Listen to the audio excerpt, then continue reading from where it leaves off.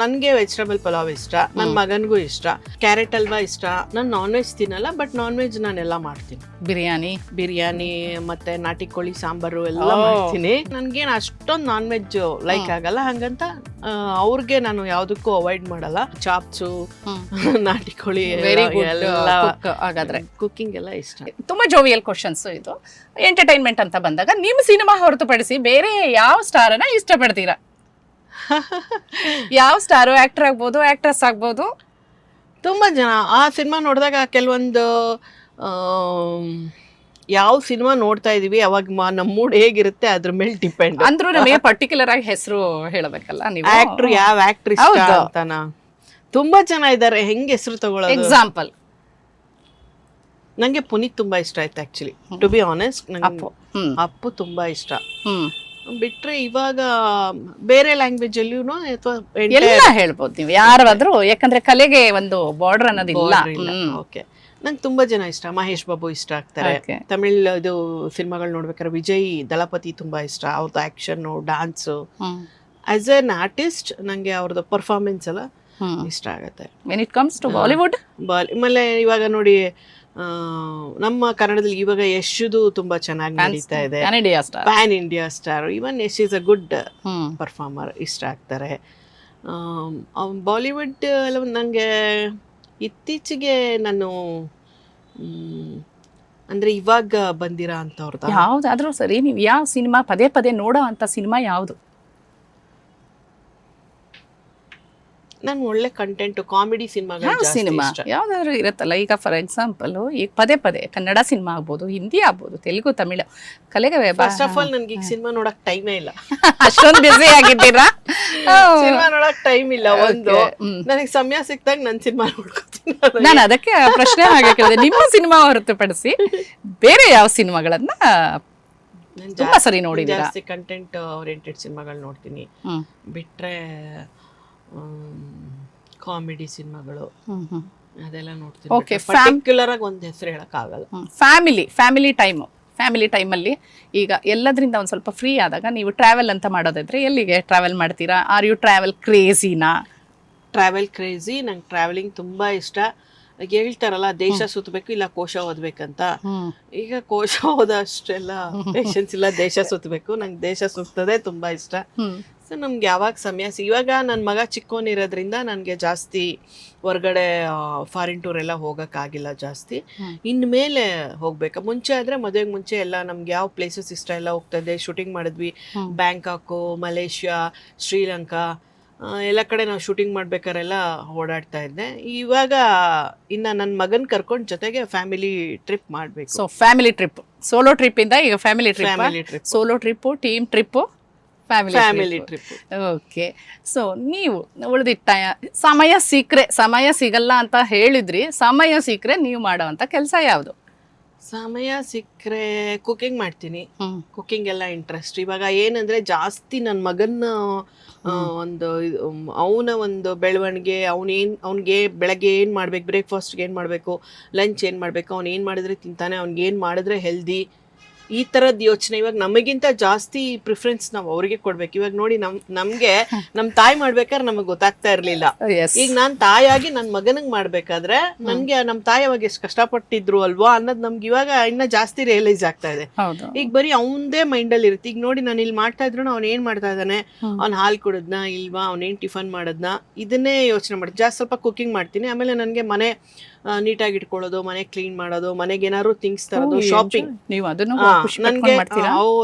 ನನಗೆ ಶಾಪಿಂಗ್ ತುಂಬಾ ಇಷ್ಟ. ಅದ್ರಲ್ಲೂ ಮನೆಗೆ ಏನಾರ ಶಾಪಿಂಗ್ ಮಾಡ್ಬೇಕು, ನನ್ ಕಿಚನ್, ಬೆಡ್ರೂಮ್ ಈ ತರದಕ್ಕೆ ಏನಾರ ಶಾಪಿಂಗ್ ಮಾಡ್ಬೇಕು, ನನಗೆ ಶಾಪಿಂಗ್ ಮಾಡೋದು. ಮತ್ ನನ್ ಮಗನ್ ಜಾಸ್ತಿ ಇವಾಗ ನನ್ ಮಗನ್ ಶಾಪಿಂಗ್ ಮಾಡೋದು, ಶಾಪಿಂಗ್ ಇಷ್ಟ. ನಂಗೆ ಫ್ರೀ ಇದ್ರೆ ನಾನು ಶಾಪಿಂಗ್ ಹೋಗ್ತೀನಿ. ಓಕೆ. ಮನೇಲಿ ಕುಕಿಂಗ್ ಅಂತ ಹೇಳಿದ್ರೆ ಏನು ಬಹಳ ಸೂಪರ್ ಆಗಿ ಕುಕ್ ಮಾಡ್ತೀರಾ? ನಾನು ಎಲ್ಲ ಚೆನ್ನಾಗಿ ನಾನ್ ಮಾಡೋದು ನನ್ಗೆಲ್ಲ ಚೆನ್ನಾಗಿರಲ್ಲ. ಯಾವ್ದು ನಿಮ್ಮ ಹಸ್ಬೆಂಡ್ ಆಗ್ಲಿ ನಿಮ್ಮ ಮಗು ಆಗ್ಲಿ ಇಷ್ಟಪಡ್ತೀನ ಅಂತ ಫುಡ್?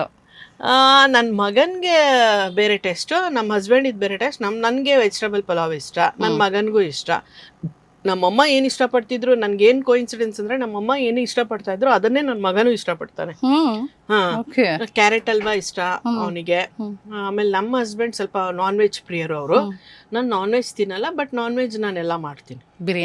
ಬಿರಿಯಾನಿ ಮತ್ತೆ ನಾಟಿ ಕೋಳಿ ಸಾಂಬಾರು ಎಲ್ಲ ಮಾಡ್ತೀನಿ. ಗೌಡ್ರೋಡ್ಗೆ ನಾನ್ ತಿಂತಾ ಇರ್ಲಿಲ್ಲ, ಆಮೇಲೆ ಮದ್ವೆ ಆದ್ಮೇಲೆ ಸ್ವಲ್ಪ ತಿನ್ಸಕ್ ಸ್ಟಾರ್ಟ್ ಮಾಡಿದ್ರು, ತಿಂತಿದ್ದೆ. ಬಟ್ ಇವಾಗ ನಾನೆಲ್ಲ ಸ್ಟಾಪ್. ಇವಾಗ ಬಿಕಾಸ್ ಆಫ್ ಡಯಟ್ ಕಾನ್ಶಿಯಸ್ ಅಂತ ಏನಿಲ್ಲ, ನನ್ಗೇನ್ ಅಷ್ಟೊಂದು ನಾನ್ ವೆಜ್ ಲೈಕ್ ಆಗಲ್ಲ, ಹಂಗಂತ ಅವ್ರಿಗೆ ನಾನು ಯಾವ್ದಕ್ಕೂ ಅವಾಯ್ಡ್ ಮಾಡಲ್ಲ. ಹೊರಗಡೆ ಹೋದ್ರು ತಿಂತಾರೆ, ಮತ್ತೆ ಒಳಗಡೆ ನಮ್ಗೇನು ಮನೆಯಲ್ಲಿ ಬೇಕಂದ್ರೆ ನಮ್ಮ ಮನೆಯಲ್ಲಿ ಏನ್ ಬೇಕು ಎಲ್ಲ ಮಾಡ್ತೀನಿ. ಚಾಪ್ಸು, ನಾಟಿ ಕೋಳಿ, ಹಾಗಾದ್ರೆ ಕುಕಿಂಗ್ ಎಲ್ಲ ಇಷ್ಟ. ಅಡುಗೆ ಚೆನ್ನಾಗಿ ಮಾಡ್ತೀರಾ? ಒಂದಿನ ಟೇಸ್ಟ್ ಮಾಡ್ಬೇಕು ನಾವು. ಡೆಫಿನೆಟ್ ಆಗಿ ಬನ್ನಿ, ನಿಮ್ಗೆ ಒಬ್ಬಟ್ಟು ಮಾಡಿರ್ತೀರಿ. ನಮ್ದು ಇನ್ಸ್ಟಾದಲ್ಲೆಲ್ಲ ನಾನು ಒಬ್ಬಟ್ಟು ಮಾಡಿರೋದೆಲ್ಲ ಹಾಕಿದೀನಿ ಕೂಡ ನನ್ನ ಮಗಂಗೆ. ಯಾಕಂದ್ರೆ ಹೊರಗಡೆ ತರಿಸಿ ತಿನ್ಸೋದಕ್ಕಿಂತ ಮಕ್ಳಿಗೆ ಮನೆಯಲ್ಲಿ ನಾವೇನ್ ಮಾಡ್ಕೊಡ್ತೀವಿ ಅದು ಹೆಲ್ದಿ. ನಾನು ಜಾಸ್ತಿ ಅವ್ನಿಗೆ ಜಂಕ್ ಫುಡ್ ಆ ಥರದ್ದೆಲ್ಲ ಅಭ್ಯಾಸ ಮಾಡಿಲ್ಲ. ಅವ್ನು ಏನ್ ಬೇಕಂದ್ರೂ ಮನೆಯಲ್ಲೇ, ಕಷ್ಟ ಆದ್ರೂ ನಾನು ಮನೆಯಲ್ಲೇ ಮಾಡ್ಕೊಡ್ತೀನಿ. ಸೊ ಒಬ್ಬಟ್ಟೆಲ್ಲ ಟ್ರೈ ಮಾಡುವಾಗ ಒಬ್ಬಟ್ಟೆಲ್ಲ ಮಾಡ್ಕೊಡ್ತೀನಿ. ಜಂಬದ ಹುಡುಗಿ. ನಾವು ಈಗ ನಿಮಗೆ ಟೈಟಲ್ ಗಳನ್ನ ಜಾಸ್ತಿ ಕೊಡ್ತಾ ಹೋಗ್ಬೇಕು. ಆಕ್ಟ್ರೆಸ್, ಡೈರೆಕ್ಟರ್, ಪ್ರೊಡ್ಯೂಸರ್, ಅಲ್ಲಿ ನೀವು ವಾಣಿಜ್ಯ ಮಂಡಳಿ ಮೆಂಬರ್, ಆಮೇಲೆ ಪ್ರೊಡ್ಯೂಸರ್ ಅಸೋಸಿಯೇಷನ್ ಮೆಂಬರ್, ಅದ್ರ ಜೊತೆ ಪರಿಪೂರ್ಣ ಮಹಿಳೆ ಅಂತ ಹೇಳ್ಬೋದು. ಯಾಕಂದ್ರೆ ನೀವು ಎಷ್ಟು ಹೊರಗಡೆ ಪ್ರಪಂಚದಲ್ಲಿ ಎಷ್ಟು ಬ್ಯುಸಿ ಆಗಿರ್ತೀರಾ, ಅಷ್ಟೇ ಫ್ಯಾಮಿಲಿ ಕಡೆನೂ ತುಂಬಾ ಟೈಮ್ ಕೊಡ್ತೀರಾ, ಬ್ಯಾಲೆನ್ಸ್ ಮಾಡ್ತಾ ಇದ್ದೀರಾ. ಹೌದು. ಸೊ ಮಹಿಳೆಯರಿಗೆ ನೀವು ಏನ್ ಹೇಳಕ್ ಇಷ್ಟಪಡ್ತೀರಾ? ಜನರಲ್ ಆಗಿ ಮಹಿಳೆಯರಿಗೆ ಹೇಳ್ಬೇಕಂದ್ರೆ, ನೋಡಿ, ನಿಮ್ಗೆ ನಾವೇನಂದ್ರೆ ಆಸ್ ಅ ವುಮನ್, ನನಗೆ ಒಂದು ವುಮನ್ ಎಂಟರ್ಪ್ರೈನರ್ ಆಗಿರಲಿ ಅಥವಾ ಹೌಸ್ ವೈಫ್ ಆಗಿರಲಿ, ಏನೇ ಆದರೂ ನಾವು ಜಾಸ್ತಿ ಫ್ಯಾಮಿಲಿಗೆ ಒತ್ತು ಕೊಡ್ತೀವಿ. ಅದು ತಪ್ಪಲ್ಲ, ಅದು ಕರೆಕ್ಟು. ಆದರೆ ನಮಗೆ ಅಂತ ಸ್ಪೆಷಲಿ ಮಕ್ಕಳಾದ್ಮೇಲೆಲ್ಲ ನಮಗೆ ಒಂದು ಸ್ವಲ್ಪ ಹೆಲ್ತ್ ಇಶ್ಯೂಸ್ ಇರುತ್ತೆ. ಆಮೇಲೆ ನಮಗೆ ಆದಂಥ ಸಮಯ ಕೊಡಬೇಕಾಗತ್ತೆ. ಸೆಲ್ಫ್ ಕೇರ್ ಅನ್ನೋದು ತುಂಬ ಇಂಪಾರ್ಟೆಂಟ್ ಆಗಿದೆ ಹೆಣ್ಮಕ್ಳಿಗೆ ಇವಾಗ. ಸೊ ನಮ್ಗೇನಂದರೆ ನಾವು ಹೊರಗಡೆನೂ ಮಾಡ್ತೀವಿ, ಒಳಗೂ ಮಾಡ್ತೀವಿ. ಅದು ಮುಂಚೆಯಿಂದನೂ ಅದು ಬಂದಿದ್ದೆ.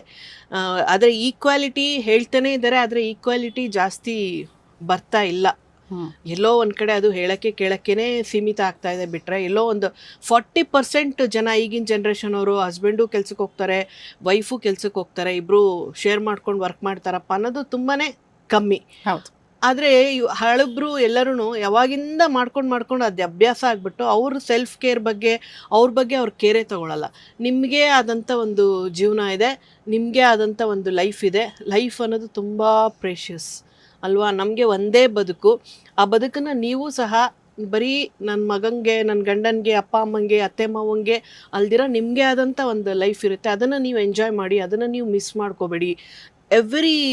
ಎಲ್ಲ ಏಜ್ ಟೈಮಲ್ಲೂ, ಆ ಏಜ್ ಪೀರಿಯಡಲ್ಲೂ ಅದದೇ ಆದಂಥ ಲೈಫ್ ಇರುತ್ತಲ್ಲ, ಅದು ನಿಮ್ಗೇನು ಇಷ್ಟ, ನಿಮ್ಗೇನು ಒಂದು ಪ್ಯಾಷನ್ ಇರುತ್ತೆ, ಅಥವಾ ನಿಮಗೆ ಶಾಪಿಂಗ, ಸಂಗೀತನ, ಅಥವಾ ನೀವೇನಾರೋ ಒಂದು ಜಾಬ್ ಮಾಡಬೇಕಾ, what ever it may be, ಎಲ್ಲರಿಗೂ ದೇವ್ರು ಏನಾದರೂ ಒಂದು ಟ್ಯಾಲೆಂಟ್ ಕೊಟ್ಟೇ ಇರ್ತಾನೆ. ಅದನ್ನು ಯುಟಿಲೈಸ್ ಮಾಡ್ಕೊಳ್ಳಿ. ನಿಮ್ಮ ಲೈಫ್ನೂ ಸಹ ಅದ್ರ ಜೊತೆಗೆ ಎಂಜಾಯ್ ಮಾಡಿ. ಅದಕ್ಕೆ ಮನೆಯವರು ಕೂಡ ಸಪೋರ್ಟ್ ಮಾಡಿ ಅಂತ ನಾನು ಕೇಳ್ಕೊತೀನಿ. ಸೊ ಫ್ಯಾಮಿಲಿ ಸಪೋರ್ಟ್ ಇರಬೇಕು. ಮಹಿಳೆಯರು ಅಯ್ಯೋ ನನ್ನ ಲೈಫ್ ಇಷ್ಟೇ ಅಪ್ಪ, ನನ್ನ ಬೆಳಗ್ಗೆ ಆದ್ರೆ ಇದನ್ನ ಮಾಡಬೇಕು, ಅದನ್ನ ಮಾಡಬೇಕು, ನನ್ನ ಮಗಂಗೆ ನೋಡ್ಬೇಕು, ಗಂಡಂಗೆ ನೋಡಬೇಕು, ಅತ್ತೆ ಮಾವಂಗೆ ನೋಡ್ಬೇಕು, ಅಪ್ಪ ಅಮ್ಮಂಗೆ ನೋಡ್ಬೇಕು, ಅಷ್ಟೇ ಅಲ್ಲ ಲೈಫು. ಅದಕ್ಕೆ ಮೀರಿದಾದಂಥ ನಿಮ್ಮದೇ ಒಂದು ಲೈಫ್ ಇರುತ್ತೆ. ನೀವು ಸೆಲ್ಫ್ ಕೇರ್ ಮಾಡ್ಕೊಳ್ಳೋದಾಗಿರ್ಬೋದು, ಅಥವಾ ನಿಮ್ಮ ಪ್ಯಾಷನ್ ಏನಿರುತ್ತೆ ಅದನ್ನು ಬೆಳೆಸೋದ್ರ ಬಗ್ಗೆನೂ ನೀವು ಎಷ್ಟು ಒಂದು 24 ಅವರ್ಸಲ್ಲಿ ಒಂದು ಅಟ್ಲೀಸ್ಟ್ ಒಂದು 2-3 ಅವರ್ಸ್ ಆರು ಅದಕ್ಕೆ ಅಂತ ಒಂದು ಸಮಯನ ಮೀಸಲಿಡಿ. ಆ ಲೈಫ್ನೂ ಸಹ ನೀವು ನಮ್ಮ ಮಹಿಳೆಯರು ಎಂಜಾಯ್ ಮಾಡಲಿ ಅನ್ನೋದೇ ನನ್ನ ಆಸೆ. ಓಕೆ. ಸೊ ಭಾಳಷ್ಟು ಮಾಹಿತಿ ಹೇಳ್ತಾ ಇದ್ದೀರಾ. ನೆಕ್ಸ್ಟ್ ಇನ್ಯಾವ ಸ್ಟುಡಿಯೋ ಟೂರಲ್ಲಿ ಇನ್ಯಾವ ರೆಕಾರ್ಡಿಂಗ್, ಡಬ್ಬಿಂಗ್ ಎಲ್ಲ ಇಲ್ಲೇ ಆಗತ್ತೆ. ಅದೊಂದು ಎಡಿಟಿಂಗ್ ಅಲ್ಲಿ ಟೇಬಲ್ ಇದೆ, ಅದೊಂದು ಎಡಿಟಿಂಗ್ ಮಾಡ್ತಾ ಇರ್ತೀವಿ ಸಿನಿಮಾಗಳು. ಓಕೆ, ನೋಡಿ, ಇದೇ ಎಡಿಟಿಂಗ್ ರೂಮು. ನಮ್ಮ ಸಿನಿಮಾಗಳಿಗೆ ಇನ್ನೊಂದು ತಿರುವು ಕೊಡ್ಬೇಕಂದ್ರೆ ಶೂಟಿಂಗ್ ಆದ್ಮೇಲೆ ಶೂಟಿಂಗ್ ಏನಾಗಿರುತ್ತೆ ಅದನ್ನ ತಂದು ಫಸ್ಟ್ ಇಲ್ಲಿ ಹಾಕಿ ನಾವು ಎಡಿಟ್ ಮಾಡ್ತೀವಿ. ಅದನ್ನ ಶಾರ್ಟ್ ಮಾಡಿ ನಮ್ಗೇನ್ ಬೇಕೋ ಏನ್ ಬೇಡ ಎಡಿಟ್ ಆಗೋದು. ಅರ್ಧ ನಮ್ಗೆ ಒಂದು 40% ಸಿನಿಮಾ ತಿರುವು ತಗೊಳ್ಳೋದೇ ಎಡಿಟಿಂಗ್ ಟೇಬಲ್ ಅಲ್ಲಿ. ಓಕೆ, ನೀವು ಆಕ್ಷನ್ ಹೀರೋಯಿನ್ ಆಗ್ಲೇನೆ. ಇಲ್ಲೇ ನೀವು ಒಂದು ಎಕ್ಸಾಂಪಲ್ ಹಾಕಿರೋ ಒಂದು ಇದನ್ನ ನೋಡಿದ್ರೇನೆ ಗೊತ್ತಾಗುತ್ತೆ ಅದಕ್ಕಾಗಿ ನೀವು ಎಷ್ಟು ರಿಹರ್ಸಲ್ ಮಾಡ್ತಿದ್ರಾ, ಏನ್ ಮಾಡ್ತಿದ್ರಿ. ಅವಾಗಿನ ಆಕ್ಷನ್ಗೂ ಈಗಿನ ಆಕ್ಷನ್ಗೂ ಬಹಳ ಅಜಗಜಾಂತರ ವ್ಯತ್ಯಾಸ ಇದೆ ಅನ್ಸತ್ತೆ ಈಗಿನ ಸಿನಿಮಾಗಳಿಗೆ. ಸೊ ನಿಮ್ಮ ಈಗಿನ ಆಕ್ಷನ್ ಸ್ವಲ್ಪ ಈಸಿ ಇದೆ ಅಂತ ಹೇಳ್ಬೋದು. ಹೇಗೆ? ಯಾಕಂದ್ರೆ ಅವಾಗೆಲ್ಲ ರೀಶೂಟ್ ಅಷ್ಟು ಅವಕಾಶಗಳು ಸಿಗ್ತಾ ಇರಲಿಲ್ಲ. ನಾನು ಅವಾಗಲೇ ಹೇಳ್ದಂಗೆ ನೆಗೆಟಿವ್ ಅಲ್ಲಿ ಶೂಟ್ ಮಾಡಿದಾಗ ಜಾಸ್ತಿ ರೀಲ್ಸ್ ಹೋಗುತ್ತೆ, ಆಮೇಲೆ ನಂಬರ್ ಆಫ್ ಶಾರ್ಟ್ಸ್ ಜಾಸ್ತಿ ಆದರೆ ನಮಗೆ ಬಡ್ಜೆಟ್ ಜಾಸ್ತಿ ಆಗುತ್ತೆ. ಜಾಸ್ತಿ ಅವಾಗ ಏನಾದರೂ ಸ್ವಲ್ಪ ರೀಟೇಕ್ ಮಾಡ್ತಾ ಇದ್ರೆ ಅಯ್ಯೋ ಆರ್ಟಿಸ್ಟ್ ಸೈಕಲ್ ಹೊಡಿತಾರಪ್ಪ ಬೇಡ ಅವಾಗ. ಇವಾಗಾದ್ರೆ ನೀವು ಎಷ್ಟು ಸತಿನಾರ ರೀಶೂಟ್ ಮಾಡಿ, ಡಿಜಿಟಲ್ ಅಲ್ವಾ, ಬರೀ ಒಂದು ಪೆನ್ ಡ್ರೈವ್ ಇದ್ರೆ ಸಾಕು. ಆಮೇಲೆ ನಾವು ಶೂಟ್ ಮಾಡಿದ್ಮೇಲೂ ಸಹ ಇವಾಗ ಒಂದು ರೋಪ್ ಹಾಕಿದ್ರು CG ವರ್ಕಲ್ಲಿ ನಾವು ಇವಾಗ ರೋಪ್ ಎಲ್ಲ ಈಸಿಯಾಗಿ ನಾವು ರೋಪ್ ಕಟ್ ಮಾಡಿಬಿಡ್ತೀವಿ. ಅವಾಗೆಲ್ಲ ನಾವು ರೋಪ್ ಶಾಟ್ ಮಾಡಿ ರೋಪ್ ರಿಮೂವ್ ಮಾಡ್ಬೇಕಂದ್ರೆ ಚೆನ್ನೈ ಪ್ರಸಾದ್ ಲ್ಯಾಬ್ಗೆ ಹೋಗಿ ಅಲ್ಲಿ ಕೂತ್ಕೊಂಡು ಒಂದೊಂದೇ ಶಾರ್ಟ್ನ ರೋಪ್ ಶಾಟ್ ನೆಗೆಟಿವ್ ಅಲ್ಲಿ ತೆಗೆಸ್ತಾ ಇದ್ವಿ. ತುಂಬಾ ಡಿಫಿಕಲ್ಟ್ ಇತ್ತು. ಇವಾಗ ವೆರಿ ಈಸಿ, ನೆನ್ನೆ ಮಾಡಿ ಇವತ್ತು ಬೇಕಾದ್ರೆ ಎಡಿಟ್ ಮಾಡಿ ರಿಲೀಸ್ ಮಾಡ್ಕೊಂಡ್ಬಿಡ್ಬೋದು ಈ ತರ ಕೆಲವೊಂದು ಶಾರ್ಟ್ಸ್ಗಳನ್ನ. ಸೊ ಸಿನಿಮಾ ಮಾಡೋದು ಈಗ ಈಸಿ ಅಂತೀರಾ? ಇವಾಗ ಈಸಿ, ಓಕೆ, ಕಂಪೇರ್ ಮಾಡಿ because of technology. Okay. So ನೀವು ಈಗ ನೆಕ್ಸ್ಟ್ ನಿಮ್ಮ ಸಿನಿಮಾಗಳು ಬಂದಾಗ ಇದೇ ರೀತಿ ಆಕ್ಷನ್ ಹೀರೋಯಿನ್ ಆಗಿ ಕಾಣಿಸ್ಕೊಳ್ತೀರಾ, ಅಥವಾ ಹೇಳಿದ್ರಿ ಆಲ್ರೆಡಿ ನೀವು 2 ಸ್ಟೋರೀಸ್ ಹೇಳಿದ್ರಿ, ಅದರಲ್ಲೂ ಏನಾದ್ರು ಆಕ್ಷನ್ ಸೀನ್ಗಳನ್ನ ಎಕ್ಸ್ಪೆಕ್ಟ್ ಮಾಡ್ಬೋದಾ? ಇಲ್ಲ, ಅಫ್ಕೋರ್ಸ್ ಒಂದು ಸಿನಿಮಾ ಆಕ್ಷನ್ ಸಿನಿಮಾನೇ, ರುದ್ರಿ LLB ಅಂತ ಏನು ಮಾಡಿದ್ದೀನಿ ಸಬ್ಜೆಕ್ಟ್ ಅದು. ಯಾಕಂದರೆ ಆ್ಯಕ್ಷನ್ ಇವಾಗ ನೋಡಿ, ಅವಾಗ ಲೇಡಿ ಆ್ಯಕ್ಷನ್ ಮಾಡೋವಂಥವ್ರು ಕಮ್ಮಿ ಇದ್ರು ಅಂತ ಹೇಳ್ಬೋದು. ಇವಾಗ ಸ್ವಲ್ಪ ಲೇಡಿ ಓರಿಯೆಂಟೆಡ್, ಲೇಡಿ ಆ್ಯಕ್ಷನ್ ಮಾಡೋರಿಗೆ ಇವಾಗ ಸ್ವಲ್ಪ ಜಾಸ್ತಿ ಸ್ಕೋಪ್ ಇದೆ. ಸಿನಿಮಾಗಳು ಆ ಥರ ಸಿನಿಮಾಗಳು ಬಿಸ್ನೆಸ್ ಆಗ್ತಾ ಇದೆ. ಈವನ್ OTTಯಲ್ಲೂ ಆ್ಯಕ್ಷನ್ ಮಾಡದೇ ಇರೋವಂಥವ್ರಿಗೆಲ್ಲ ಕರ್ಕೊಂಬಂದು ಆ್ಯಕ್ಷನ್ ಮಾಡಿಸ್ತಾ ಇದ್ದಾರೆ ಕೆಲವೊಂದು. ಈವನ್ ಸೀರಿಯಲ್ಸಲ್ಲೂ ಕೆಲವೊಂದು ಹಾಗೆ ಆಗ್ತದೆ. ಸೊ ಇವಾಗ ನಮ್ಮ ಒಂದು ವೇದಿಕೆ ಬಂದಾಗ ನಾವ್ಯಾಕೆ ಕೂತ್ಕೊಳ್ಳೋದು, ನಾವು ಸ್ಟಾರ್ಟ್ ಮಾಡೋಣ ಅಂತ ಇವಾಗ ಒಂದು ಆ್ಯಕ್ಷನು ಮಾಡ್ತಾ ಇದ್ದೀನಿ, ಒಂದು ಕಂಟೆಂಟ್ ಓರಿಯೆಂಟೆಡ್ ಸಿನಿಮಾನೂ ಮಾಡ್ತಾ ಇದ್ದೀನಿ. ಓಕೆ ಓಕೆ ಓಕೆ ಭಾಳಷ್ಟು ಮಾಹಿತಿಗಳನ್ನು ತಿಳಿಸ್ಕೊಟ್ರಿ, ಸಾಕಷ್ಟು ವಿಷಯಗಳ ಬಗ್ಗೆ ಹರಟೆ ಹೊಡೆದ್ವಿ ನಾವು.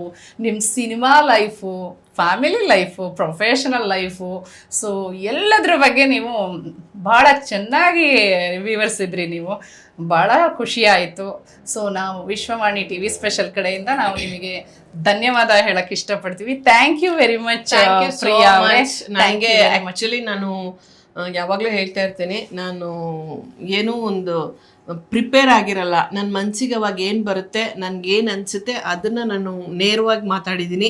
ನಾನೇನಾದರೂ ತಪ್ಪು ಮಾತಾಡಿದರೆ ದಯವಿಟ್ಟು ಕ್ಷಮೆ ಇರಲಿ. ನಿಮಗೂ ಸಹ ನಾನು ಥ್ಯಾಂಕ್ಸ್ ಹೇಳೋಕ್ಕೆ ಇಷ್ಟಪಡ್ತೀನಿ. ಯಾಕಂದರೆ ನಿಮ್ಮ ಈ ಒಂದು ಪ್ರಯತ್ನ ತುಂಬ ಚೆನ್ನಾಗಿದೆ, ತುಂಬ ಚೆನ್ನಾಗಿ ಮಾಡ್ತಾ ಇದ್ದೀರಾ. ನೀವು ಕೂಡ ನಾನು ನಿಮ್ಮ ಎಪಿಸೋಡ್ಸ್ ಎಲ್ಲ ನೋಡ್ತಾ ಇದ್ದೆ, ಚೆನ್ನಾಗಿ ಮಾಡಿದ್ದೀರಾ. ನಿಮಗೂ ಕೂಡ ಆಲ್ ದ ಬೆಸ್ಟ್ ಹೇಳ್ತೀನಿ. ವಿಶ್ವವಾಣಿ ಟೀಮ್ಗೆ, ಎಂಟೈರ್ ಮಹೇಶ್ ಕ್ಯಾಮ್ರಾಮನ್ ಅವರು, ಪ್ರೀತಮ್, ಎಂಟೈರ್ ಟೀಮ್ಗೆ ನಾನು ಥ್ಯಾಂಕ್ಸ್ ಹೇಳಕ್ಕೆ ಇಷ್ಟಪಡ್ತೀನಿ. ನಿಮ್ಮ ಜೊತೆ ಮಾತಾಡಿದ್ದು ನನಗೆ ಸಮಯ ಕಳೆದಿದ್ದೇ ಗೊತ್ತಾಗಿಲ್ಲ. ತುಂಬ ಹಳೇದನ್ನೆಲ್ಲ ನೆನಪು ಮಾಡಿದ್ರಿ ನನಗೆ. ಸೊ ನಾನು ತುಂಬ ಎಲ್ಲ ರಿವೈಂಡ್ ಮಾಡಿಕೊಂಡು ನನಗೆ ಅನಿಸಿದ್ದನ್ನು ನೇರವಾಗಿ ನಾನು ಮಾತಾಡಿದ್ದೀನಿ. Thank you so much. ನನ್ನೆಲ್ಲ ಪ್ರೇಕ್ಷಕರಿಗೆ, ನನ್ನ ಅಭಿಮಾನಿಗಳಿಗೆ ನಾನು ನಿಮ್ಮೆಲ್ಲರಿಗೂ ನಾನು ಥ್ಯಾಂಕ್ಸ್ ಹೇಳೋಕ್ಕೆ ಇಷ್ಟಪಡ್ತೀನಿ. ಇನ್ನು ಮುಂದೆ ಸಹ ಸಿನಿಮಾ ಮಾಡ್ತಾಯಿದ್ದೀನಿ. ನಿಮ್ಮೆಲ್ಲರೂ ಪ್ರೀತಿ, ವಿಶ್ವಾಸ, ನಿಮ್ಮೆಲ್ಲರೂ ಆಶೀರ್ವಾದ ನಿಮ್ಮ ಈ ಕನ್ನಡದ ಹುಡುಗಿ ಮೇಲೆ ಇರಲಿ ಅಂತ ನಾನು ಕೇಳ್ಕೊತೀನಿ. Thank you so much. ಇಂತಹ ಮತ್ತಷ್ಟು ಸ್ಪೆಷಲ್ ವಿಡಿಯೋಗಳಿಗಾಗಿ ವಿಶ್ವವಾಣಿ TV ಸ್ಪೆಷಲ್ ಲೈಕ್ ಮಾಡಿ, ಶೇರ್ ಮಾಡಿ, ಸಬ್ಸ್ಕ್ರೈಬ್ ಮಾಡಿ. Thank you.